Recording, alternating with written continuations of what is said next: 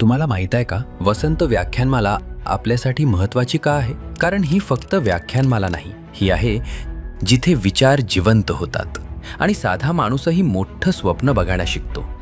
इथे येतात असे लोक जे फक्त बोलत नाहीत तर करून दाखवतात, जसे की अरुण जोशी, ज्यांनी खरंच गावांमधल्या शाळांचा चेहरा मोहरा बदलला, आणि डॉक्टर पद्मश्री अभय बंग, ज्यांनी तिथे जाऊन हजारो जीव वाचवले जिथे पोहोचणं अशक्यच वाटत होतं. आणि इथे फक्त समाजकारण नाही, इथे बोललं जातं सायन्स, टेक्नॉलॉजी, AI, इतकंच नाही तर आरोग्य, शेती, उद्योजकता आणि समाजस्पर्शी प्रत्येक महत्त्वाच्या विषयावर.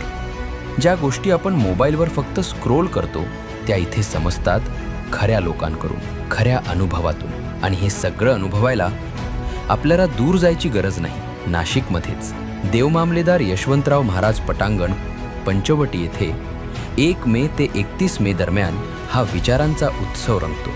म्हणूनच वसंत व्याख्यानमाला म्हणजे फक्त कार्यक्रम नाही, ती आहे विचारांना दिशा देणारी एक संधी. चला, यावर्षी फक्त पाहू नका तर एकदा येऊन अनुभव घ्या.